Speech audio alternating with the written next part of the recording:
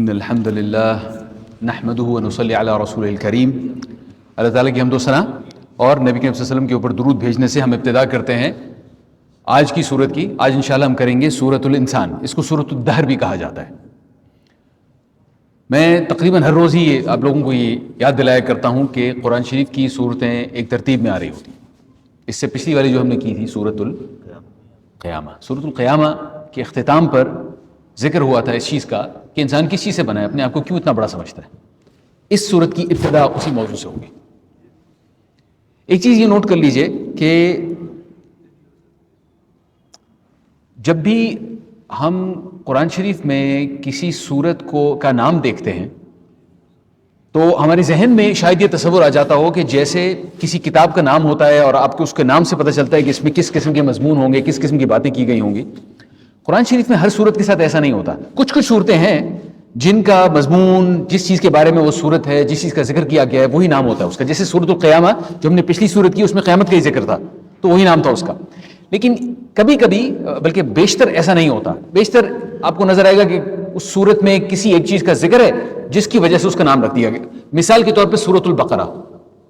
سورۃ البقرہ میں اس گائے کا ذکر ہے جو کہ بنی اسرائیل کے زمانے میں وہ ایک گائے تھی جس کا ذبح کرنے کا اللہ تعالیٰ نے حکم دیا تھا، اور وہ لوگ چونکہ گائے کی تھوڑی سی اپنے ارد گرد کے رہنے والے غیر مسلموں کی وجہ سے وہ گائے کو تھوڑا سا مقدس سمجھتے تھے، اور اللہ تعالیٰ نے ان پہ آزمائش کے طور پہ ان کو کہا تھا کہ ذرا گائے کو ذبح کرو. وہ کوئی شخص کی موت واقع ہو گئی تھی، اور وہ واقعہ خیر معروف ہے، ہمارا آج کا موضوع وہ نہیں ہے. میں صرف بتانا یہ چاہ رہا تھا کہ اس پوری سورت جو لمبی سورت ہے، 286 آیتیں اس کے اندر 5-10 آیتوں کے اندر اس گائے کا ذکر ہے. اس سورت کا نام سورۃ البقرہ ہے کیونکہ وہ ایک منفرد چیز ہے جو کہ اس سورت کے اندر ہے. تو آج ہم سورۃ الانسان کریں گے جس کے اندر یقیناً انسان کا ذکر ہے، البتہ اس میں اس سے کہیں زیادہ اس جگہ کا ذکر ہے جہاں انسان کو جانا چاہیے، اور وہ ہے جنت. تو اس میں انشاءاللہ جنت کی خاصی تفصیل آئے گی. سورت کی میں سوچ رہا ہوں میں پہلے اس کا ذکر کروں یا بعد میں بتا دوں. اس کی شان نزول کے بارے میں آپ سے کچھ مینشن کرنا چاہتا ہوں. جب قرآن شریف کی صورتیں نازل ہوتی ہیں، نبی کریم صلی اللہ علیہ وسلم کے زمانے میں جب نازل ہوا کرتی تھی تو اس وقت جس سیاق و سباق، جس پیرائے میں وہ نازل ہوتی تھیں، جو ارد گرد واقعات ہو رہے ہوتے تھے، ان کا صحابہ کرام ہمارے پاس وہ ریکارڈ کر کے نا اس کا ذکر ہمارے پاس کر دیتے ہیں تاکہ ہمیں سمجھ آ جائے کہ وہ صورت کس پیرائے میں نازل ہوئی تھی، ہم اسے اس طریقے سے سمجھ سکیں. اس صورت کے نزول کا ایک بڑا دلچسپ واقعہ ہے. کچھ ضعیف احادیث کے اندر اس کا ذکر ہے، اور بڑا وہ دل کو نرم کر دینے والا واقعہ ہے. واقعہ یہ ہے جناب کہ حضرت علی اور حضرت فاطمہ کا جو خاندان تھا، حضرت علی تھے، حضرت فاطمہ تھی، ان کے 2 بیٹے حضرت حسن اور حضرت حسین. ان کا خاندان بہت ہی غریب تھا، جیسے باقی مسلمان بھی عام طور پہ اس زمانے میں غریب تھے. اور حضرت علی کا پیشہ تھا کہ وہ آڈ جابز جسے ہم آج کل کہتے ہیں، کہ وہ کسی کو کوئی مدد کی ضرورت ہوئی تو انہوں نے کر دی. کسی نے کہا کہ کھجوریں اتارنی ہے، وہ کسی نے کہا کہ سامان ڈھونا ہے، وہ اس قسم کے کام وہ کیا کرتے، کیونکہ مدینے میں کوئی بہت زیادہ پیشے نہیں تھے کرنے والے. تو حضرت علی کو جو کام ملا کرتا تھا وہ کر لیا کرتے تھے. اور انہیں دن کے آخر میں اختتام پر کوئی تھوڑا سا آٹا ملتا تھا. وہ آٹا جو کا بھی ہو سکتا تھا، وہ آٹا گندم کا بھی ہو سکتا تھا.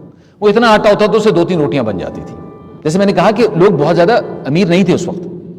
تو خیر ایک دن ایسے ہی انہوں نے کچھ محنت کی، انہیں جو تھوڑا سا آٹا ملا وہ لے کے گھر آئے، حضرت فاطمہ کو انہوں نے دیا. حضرت فاطمہ نے وہ آٹا لیا اور پھر اپنی طرح سے جو کچھ محنت کی، اور اس کے بعد اس میں سے 3 روٹیاں نکال لی. اب وہ 3 پیڑے بنے اور 3 روٹیاں بنی. وہ روٹیاں بن رہی ہیں، اور اس زمانے میں آپ تصور کر لیں کہ دن میں صرف ایک ہی دفعہ کھانا کھایا جاتا تھا. ان کے پاس صرف اتنا ہی تھا کھانے کے لیے. تو حضرت علی، حضرت فاطمہ، حضرت حسن، حضرت حسین، آپ ذرا تصور کر لیں کہ میں نبی کریم کی اولاد کی بات کر رہا ہوں. ان کا درجہ کہاں اور کس وجہ سے ان کو درجہ ملا وہ بھی آپ کو اس میں نظر آ جائے گا. ان کا صبر کہاں. اب دن بھر کا انسان بھوکا ہو، آپ لوگ ماشاءاللہ آپ سب روزے دار ہیں، آپ کو معلوم ہے کہ جب افطار کا وقت ہوتا ہے تو انسان کو ویسے بھوک اگر نہ بھی محسوس ہو رہی ہو تو جب وہ کچھ پک رہا ہوتا ہے گھر میں تو اس کی انسان کو جب خوشبو آتی ہے تو اس کی وجہ سے وہ اشتہا آ جاتی ہے بھوک کے اندر. ایسا ہی ہے نا. تو آپ تصور کر لیں کہ حضرت فاطمہ وہ روٹیاں جو بنا رہی تھیں تو وہ بچے کم از کم ان بچوں کے حوالے سے سوچیں، چھوٹے چھوٹے بچے تھے حضرت حسن، حضرت حسین، ان سب کا دل چاہ رہا ہوگا روٹی کھانے کا. اس دوران میں دروازے پہ دستک ہوئی یا کسی نے آواز لگائی. دروازے نہیں بھی ہوا کرتے تھے، وہ کپڑا سے لٹکا ہوتا تھا. انہوں نے آواز لگائی، پوچھا جا کہ کون ہے، تو پتہ چلا جناب وہ کوئی بہت ہی غریب آدمی ہے، مسکین، کو بہت ہی غریب آدمی ہے، اور وہ کہہ رہے کہ اللہ کے نام پہ اگر کچھ ہے تو مجھے دے دیں.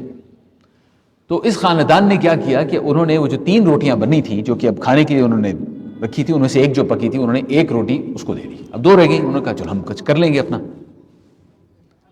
اچھا اس کے بعد اب وہ پھر کھانے کی طرف گئے تو پھر ایک دوسرے کسی نے آواز لگائی، باہر دیکھا تو وہ ایک یتیم تھا. یتیم یعنی جس کا والد نہیں تھا، بچہ چھوٹی عمر کا تھا، والد نہیں تھا. اس نے کہا کھانے کے لیے کچھ ہے تو دے دے. تو انہوں نے اس کو دوسری روٹی دے دی. اچھا پھر کھانے کے لیے بیٹھے تو اس کے بعد ایک تیسری آواز آئی، تو انہوں نے پھر باہر جا کے دیکھا تو اس دفعہ ایک قیدی تھا. قیدی اس طرح کے ہوتے تھے جناب، جب جنگیں ہوا کرتی تھیں تو جن لوگوں کو اسیر بنایا جاتا تھا، قیدی بنایا جاتا تھا، غیر مسلم تھے یہ لوگ. غیر مسلم جن سے جنگ ہو رہی تھی، وہ غیر مسلم جن کو قیدی بنایا گیا تھا، ان کو جب آزاد کیا جاتا تھا تو ان کے پاس تو نہ مسلمانوں کے پاس کچھ تھا ان کو دینے کے لیے، اپنی طرف سے جو روٹی ووٹی جو تھوڑی بہت تھی وہ آدھی اس کو دے دیا کرتے تھے، ایسے ہی گزارا ہوتا تھا. تو اب وہ ان میں سے کوئی اسیر تھا اور وہ آزاد ہو گیا تھا، لیکن اس کے پاس کوئی چیز نہیں تھی، غیر مسلم تھا، مدینہ میں تھا اس وقت. اس نے آ کے آواز لگائی تو انہوں نے دیکھا یہ اچھا وہ تو قیدی ہے، غیر مسلم قیدی ہے. انہوں نے تیسری روٹی اس کو دے دی اور خود اس رات کو بھوکے سوئے. ماں باپ خود برداشت کر لیتے ہیں لیکن اپنے بچوں کو بھوکا سلانا بہت مشکل ہوتا ہے، لیکن اس رات وہ پھر بھی اس کے باوجود بھوکے سوئے.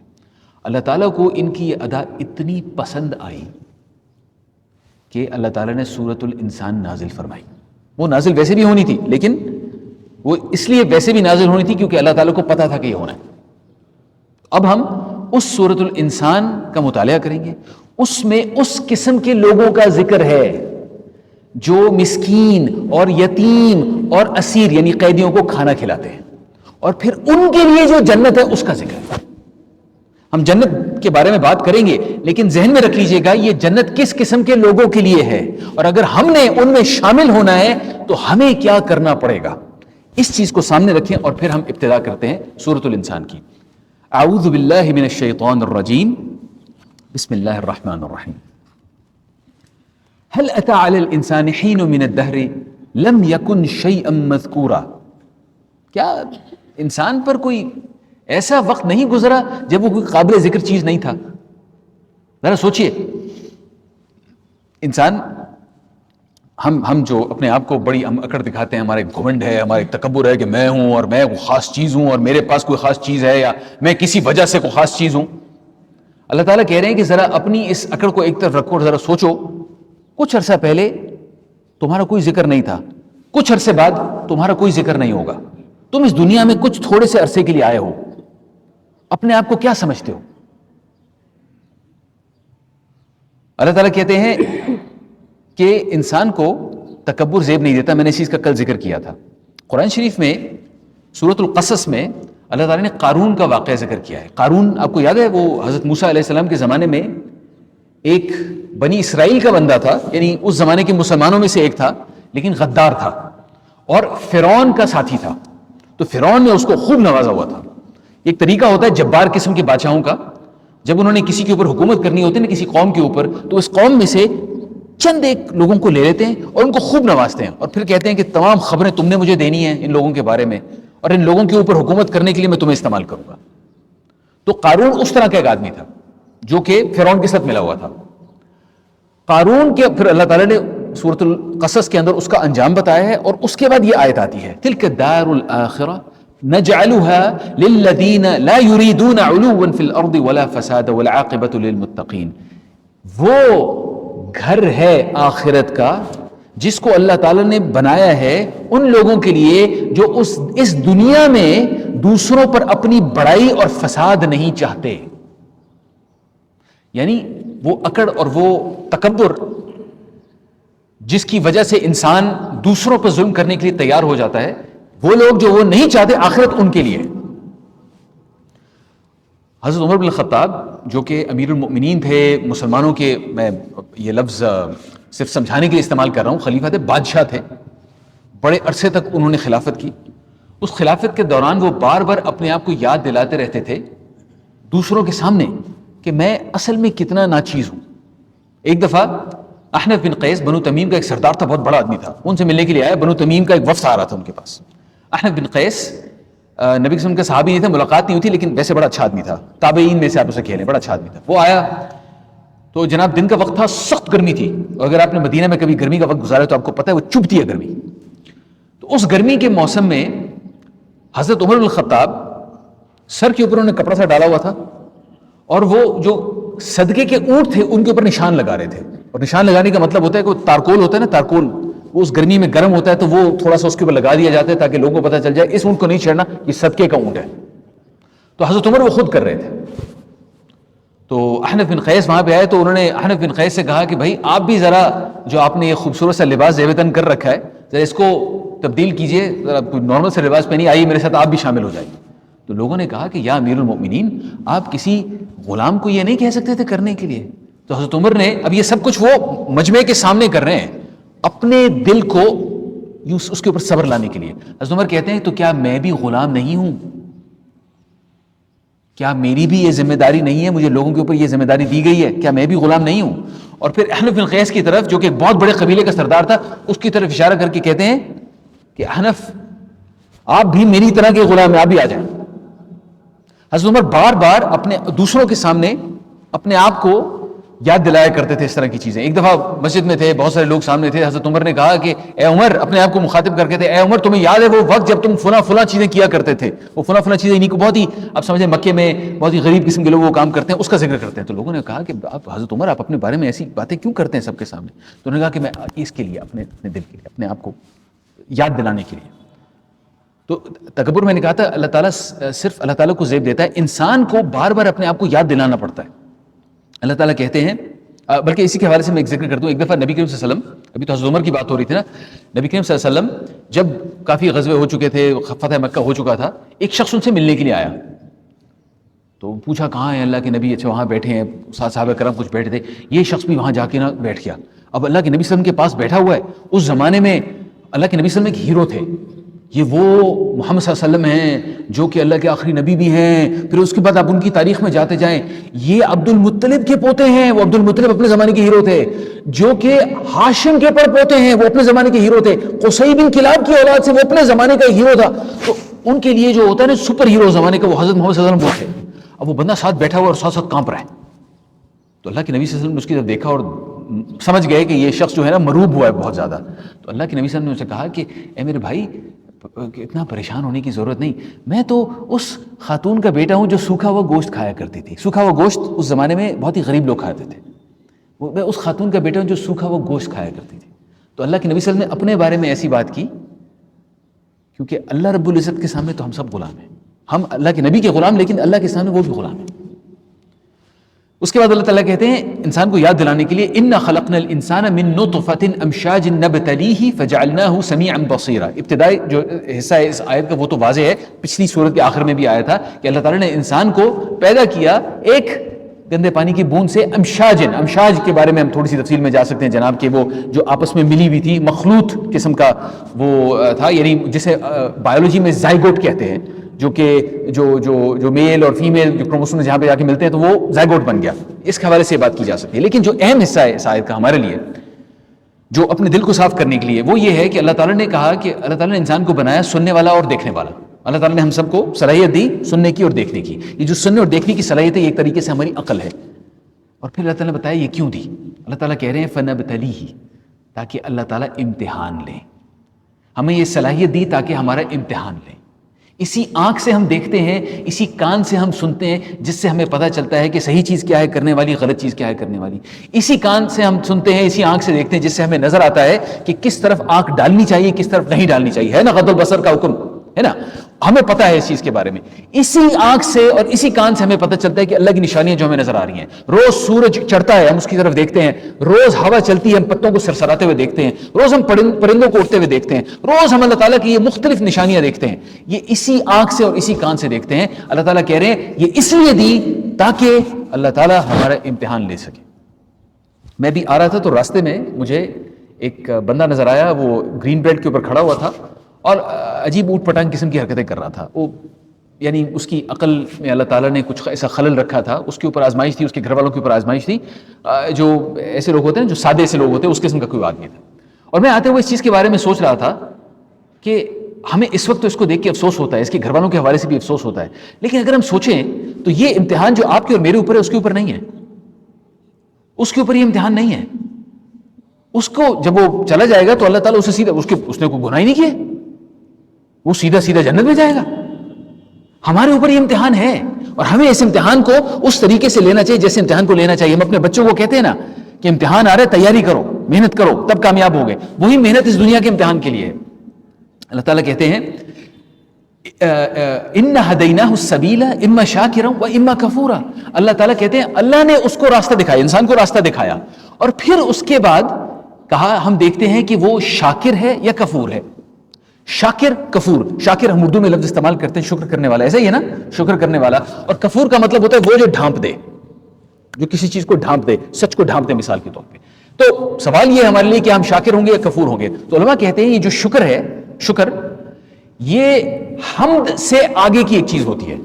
حمد کا مطلب ہے اللہ کی حمد کرنا, اللہ تعالیٰ بڑا ہے, ہم نے زبان سے کہہ دیا اللہ تعالیٰ بڑا ہے, دل میں محسوس کر لیا اللہ تعالیٰ سب سے بڑا ہے, اللہ کی تعریف کر دی ہم نے, یہ حمد ہے.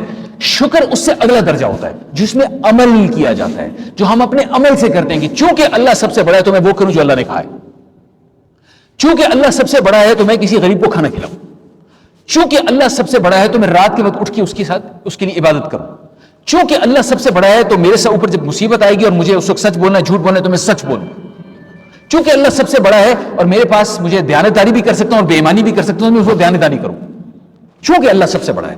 یہ ہے شکر. شکر کا حق یہ ہے کہ وہ عمل میں نظر آئے. اس کے بعد اللہ تعالیٰ کہتے ہیں اِنَّا أَعْتَدْنَا لِلْكَافِرِينَ سَلَاسِلَ وَأَغْلَالًا وَسَعِيرًا. تو پھر دیکھ لو, چن لو, مرضی ہے, اختیار دے دیا اللہ تعالیٰ نے, چن لو. اگر تو وہ چنو گے وہ راستہ جو کہ کفور کا ہے, تو پھر اللہ تعالیٰ نے سلاسل, زنجیر کو کہتے ہیں, زنجیریں وہی آگ کی بھڑکتی ہوئی زنجیریں, مختلف صورتوں میں ہم دیکھ چکے ہیں. اور اغلال, اغلال کہتے ہیں تالوں کو, یہاں پہ توق ذرا پرانی اردو کا لفظ ہے وہ استعمال کیا گیا ہے. اغلال کا مطلب ہوتا ہے باندھنے والا تالا, جو ایسا تالا جوم کر کے باندھ کے ٹائٹ کر دیا جائے. وہ سعیرہ, اور بھڑکتی ہوئی آگ. اس کے بعد اب یہ صرف اور صرف اس پوری صورت میں یہ ایک آیت ہے جس کے اندر جہنم کا ذکر کیا گیا ہے, آگے سارا جنت کا ذکر ہے. اب اللہ تعالیٰ ان لوگوں کے بارے میں بات کر رہے ہیں جو شاکر ہیں. اللہ تعالیٰ کہتے ہیں ان الابرار یشربون من کأس کان مزاجها کافورا. نیک لوگ, ابرار, اب اس کی بھی تفصیل میں جانا چاہیے ہمیں. ابرار, ابرار جمع ہے, ابرار کا لفظ مطلب ہوتا ہے وہ شخص جو بر کرے. میں نے چند دن پہلے آپ سے ذکر کیا تھا بر کا. بر نیکی کا ایک بڑا اونچا درجہ ہوتا ہے. اب نیکی کے 3 درجے سمجھ لیں. ایک ہے نیکی کرنی جسے عمل صالح کہتے ہیں, نیکی. اس کے بعد اس سے اوپر والا درجہ ہوتا ہے احسان کا درجہ, نیکی ایسے کریں جیسے اللہ تعالیٰ آپ کو دیکھ رہا ہے, اور اگر وہ نہیں تو کم از کم آپ اللہ تعالیٰ کو دیکھ رہے نہیں تو کم از کم اللہ تعالیٰ آپ کو دیکھ رہا ہے. یہ دوسرا درجہ ہے جس میں ہمیں محسوس ہو رہا ہے کہ میں نیکی کر رہا ہوں, اللہ رب العزت مجھے دیکھ رہا ہے. یہ دوسرا درجہ ہو گیا. اس کے بعد اس سے بھی اوپر والا درجہ ہوتا ہے جسے بر کہا جاتا ہے. بر کا مطلب ہوتا ہے کہ وہ کام کریں جس میں اپنے اوپر بہت زیادہ جبر کرنا پڑتا ہے. ایک ایسی چیز جو بہت ہی محبوب ہے, ہم اس کو چھوڑ کر نیکی کا کام کریں. اس کی مثال علماء ایسے دیتے ہیں کہ دیکھیں نیکی کا کام یہ کسی کو کھانا کھلائیں. ایسے ہی ہے نا, ہمارے پاس کچھ پیسے تھے, اس میں سے ہم نے کچھ نکالے اور کسی غریب کو ہم نے کھانا کھلا دیا. ہمیں پتہ ہے جناب اس کو افطاری کروا دی, افطاری رمضان کے علاوہ ہم نے اس کو کچھ کھانا کھلا دیا. اور کھانا کھلانا بہت زیادہ مقبول ہے, اللہ رب العزت بہت پسند کرتے ہیں. کسی کو محتاج ہو اس کو آپ کھانا کھلائیں, اللہ تعالیٰ کو بہت محبوب ہے یہ چیز. ابھی ہم دیکھیں گے اس کے بارے میں کچھ اور بھی. لیکن کھانا کھلانے کے بھی درجے ہیں جناب. ایک ہے کہ آپ نے کھانا کھلایا, ایک ہے کھانا کھلانے کا درجہ احسان کا, آپ نے اپنی طرف سے بہترین چیز اس کو کھلائی. پھر ایک تیسرا درجہ ہے بر کا. بر کا مطلب یہ علماء کرام کہتے ہیں کہ آپ نے اس کو کھانا کھلایا جیسے اپنے بچے کو کھلاتے ہیں, اس کے سر پہ ہاتھ پھیرا, اس کو اپنے ہاتھ سے کھانا کھلایا. یہ ہے بر کا درجہ, اور یہ اس لیے کیا تاکہ اللہ رب العزت ہم سے راضی ہو جائے. تو جو لوگ یہ کریں گے ان کے لیے کیا ہے, ان الابرار یشربون من کأس کان مزاجها کافورا.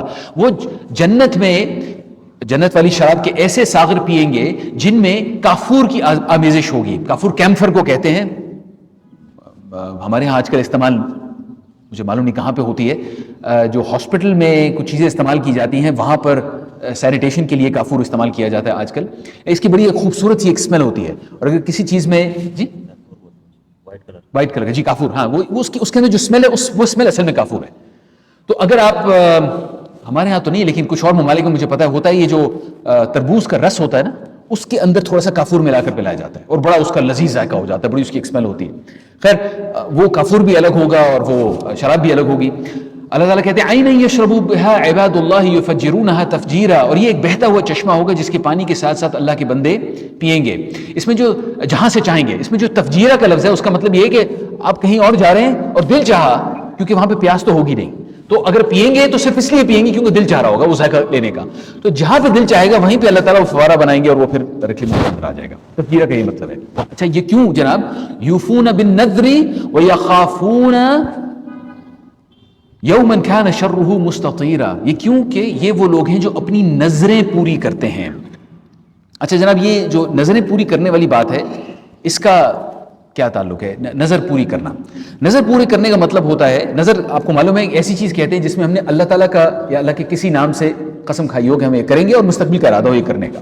تو اگر نہ کیا جائے، نظر کی ہے، مانی ہے اور اس کے بعد توڑ دی، تو اس کے بعد پھر اس کا ایک کفارہ ہوتا ہے. کفارہ معلوم ہے ہمارے پاس یہاں پہ فقہ کے اوپر زیادہ بات کرنے کا وقت نہیں ہے. غلام کو آزاد کرنا پڑتا ہے، نہیں تو جناب 10 لوگوں کو کھانا کھلانا پڑتا ہے یا لباس دینا پڑتا ہے، یا پھر اگر وہ نہیں کر سکتے تو 3 دن کے روزے رکھنے پڑتے ہیں. تو یہ وہ نظر ہے.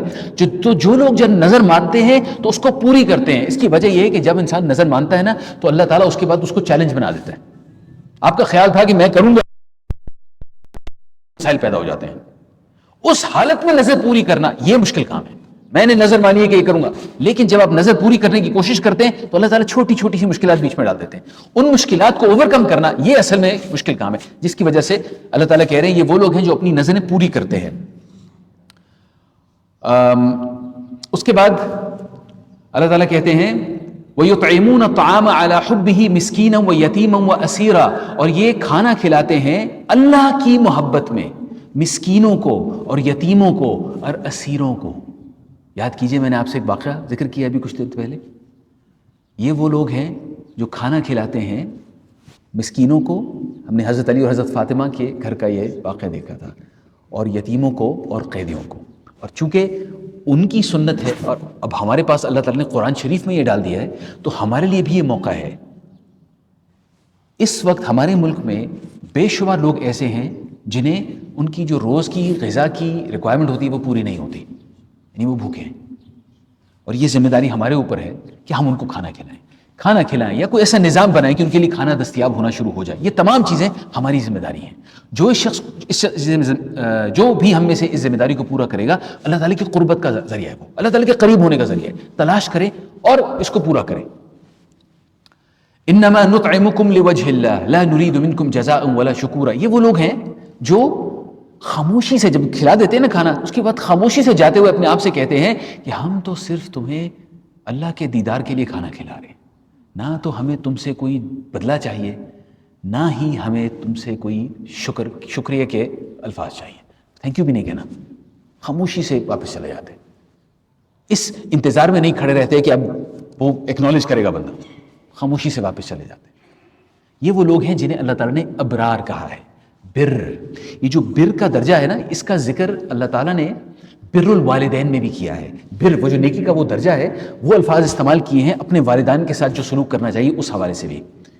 حضرت عمر کے پاس ایک آدمی آیا اور اس نے کہا کہ میں جناب اپنی والدہ کو نا حج کروا کے آیا ہوں. اپنی کمر پہ حج کروائے سارا، پورے جو حج کے دن تھے، حج کے ایام، ان کو مینا لے کے گیا، مزدلفہ لے کے گیا، عرفات لے کے گیا، واپس لے کے آیا جناب، پورا سب کچھ میں نے ان کو کروایا ہے. تو میں آپ سے پوچھنا یہ چاہ رہا تھا کہ آپ خلیفہ تو ہیں لیکن ساتھ آپ عالم دین بھی ہیں، آپ ذرا بتائیں کہ جو میرے والدین کا مجھ پہ حج تھا، والدہ کا مجھ پہ حج تھا، میں نے پورا کر دیا. تو حضرت عمر نے کہا کہ جو ایک درد کا آپ کی والدہ کو جو ایک ضعف جو اٹھا تھا جب انہوں نے آپ ان کے پیٹ میں تھے، آپ نے وہ ایک درد جو انہوں نے محسوس کیا تھا وہ بھی پورا نہیں کیا. اسی طریقے سے ایک اور آدمی آیا، اس نے کہا حضرت عمر سے اسی قسم کا سوال پوچھا کہ میں نے 10 سال تک جناب اپنے والدین کا خیال رکھا ہے، سارا ان کا محنت کی، ان کا خیال رکھا، ان کی کیئر کی، اور 10 سال گزر گئے، اس کے بعد وہ فوت ہو گئے.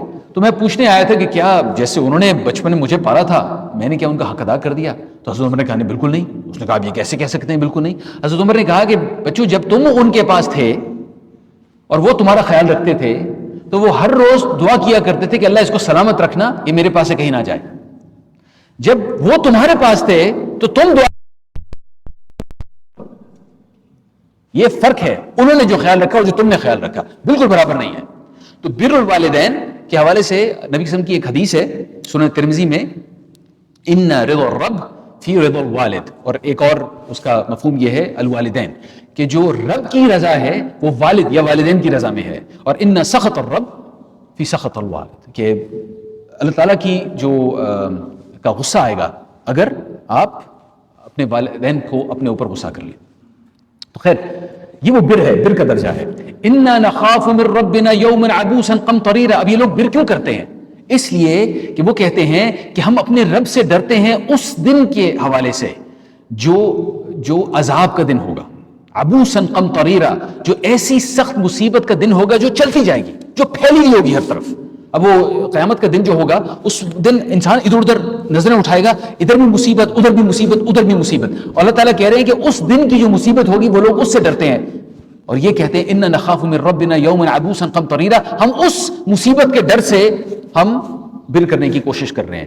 پھر اللہ تعالیٰ اگلی آیت ہے، انتہائی خوبصورت ہے اور دل میں ٹھنڈک ڈال دیتی ہے، فوقاہم اللہ شر ذلک اليوم ولقاہم نضرۃ وسرورا، بس اللہ تعالیٰ اس دن کے شر سے ان کو بچا لے گا۔ انہوں نے یہ جو محنت کی ہوگی نا، اللہ تعالیٰ ان کو بچا لے گا، اس دن کے شر سے بچا لے گا۔ میرے بھائیو، حضرت عثمان رضی اللہ عنہ جب کسی قبر کے کنارے کھڑے ہوتے تھے رونا شروع ہو جاتے تھے، تو صحابہ کرام ان سے کہتے تھے کہ قیامت کا تو جناب اس کے بعد ایک قبر کے بعد بھی لمبا سفر ہے، آپ قبر کے ساتھ ہی رونا شروع ہو جاتے ہیں۔ وہ انہوں نے کہا کہ بھائی یہیں پہ پتہ چل جانا ہے سارا کچھ، اس کے بعد کیا ہونا ہے۔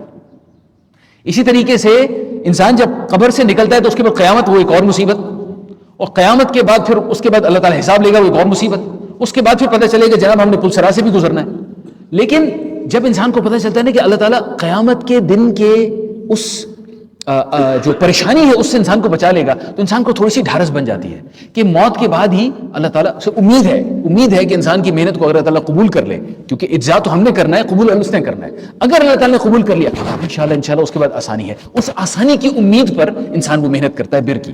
وَجَزَاهُمْ بِمَا صَبَرُوا وَجَزَاهُمْ فوقاهم الله شر ذلك اليوم ولقاهم نضرة وسرورا وجزاهم بما صبروا جنة وحريرا، اور انہیں ان کے صبر کے بدلے انہیں جنت اور ریشمی لباس عطا کرے گا۔ اور ظاہری بات ہے اس دنیا کا ریشمی لباس تو ہم اس کا کوئی موازنہ نہیں کر سکتے نا، وہ تو ظاہری بات ہے اس دن کا جو چیز ہوگی وہ اللہ رب العزت ہی بہتر جانتا ہے، ہمارے لیے تو صرف ایک مثال کے طور پہ چیز سامنے ہے۔ اس کے بعد جناب اللہ تعالیٰ کہتے ہیں جنت میں کیا ہوگا، متکئین فیہا علی الارائک لا یرون فیہا شمسا ولا زمہریرا، وہ وہاں اونچی مسندوں پہ تکیہ لگائے بیٹھے ہوں گے، نہ انہیں دھوپ کی گرمی ستائے گی نہ سخت سردی ستائے گی۔ زمہریر کا مطلب ہوتا ہے سخت سردی، اس دن انہیں اس چیز سے فرق نہیں پڑے گا۔ اس دنیا میں اگر کسی کو بھی پریشانی ہوتی ہے گرمی یا سردی سے، تو یہ ایک اور چیز ہے جس کی امید ہم رکھ سکتے ہیں۔ وَدَانِيَةً عَلَيْهِمْ ظِلَالُهَا وَذُلِّلَتْ قُطُوفُهَا تَذْلِيلًا، جنت کی چھاؤں ان پر جھکی ہوئی سایہ کر رہی ہوگی، اور اس کے پھل ہر وقت ان کے بس میں ہوں گے، وہ کسی وقت بھی لے سکتے ہیں۔ وَيُطَافُ عَلَيْهِمْ بِآنِيَةٍ مِّن فِضَّةٍ وَأَكْوَابٍ كَانَتْ قَوَارِيرًا، اور ان کے آگے برتن رکھے جائیں گے۔ اب یہاں پہ چاندی کا ترجمہ کیا گیا ہے، لیکن اگر آپ ہمارے زمانے میں ایک تو گلاس کے ہوتے ہیں، شیشے کے برتن ہوتے ہیں، ایک کرسٹل ہوتا ہے جو بہت خوبصورت ہوتا ہے گلاس۔ اب آپ تصور کر لیں ایک کرسٹل جو چاندی سے بنا ہوگا، ایک ایسا مرتبان جو کہ جس کے اندر سے آپ دیکھ سکتے ہیں لیکن وہ چاندی سے بنا ہوا ہے، اس کی خوبصورتی کا ہمیں کچھ ایک اشارہ دیا گیا کہ وہ کیسی ہوگی۔ اس کے بنے ہوئے مرتبان ہوں گے، وہ ان کے سامنے رکھے جائیں گے، اور شیشے کے پیالے ہوں گے۔ قواریر من فضة قدروها تقدیرا، اور وہ چاندی اس قسم کی ہوگی کہ اس کو ٹھیک اندازے کے مطابق بھرا گیا ہوگا۔ وَيُسْقَوْنَ فِيهَا كَأْسًا كَانَ مِزَاجُهَا زَنْجَبِيلًا، اور ایسی شراب کے جام پلائے جائیں گے جس میں ادرک کی آمیزش ہوگی۔ عَيْنًا فِيهَا تُسَمَّى سَلْسَبِيلًا، اور ایسے یہ جنت کا ایک ایسا چشمہ ہے جسے سلسبیل کہا جاتا ہے۔ وَيَطُوفُ عَلَيْهِمْ وِلْدَانٌ مُخَلَّدُونَ إِذَا رَأَيْتَهُمْ حَسِبْتَهُمْ لُؤْلُؤًا مَّنثُورًا، اور ان کی خدمت کے لیے اللہ تعالیٰ ایسے بچے پیدا کر دیں گے جو دوڑتے پھر رہے ہوں گے، جو ہمیشہ بچے ہی رہیں گے۔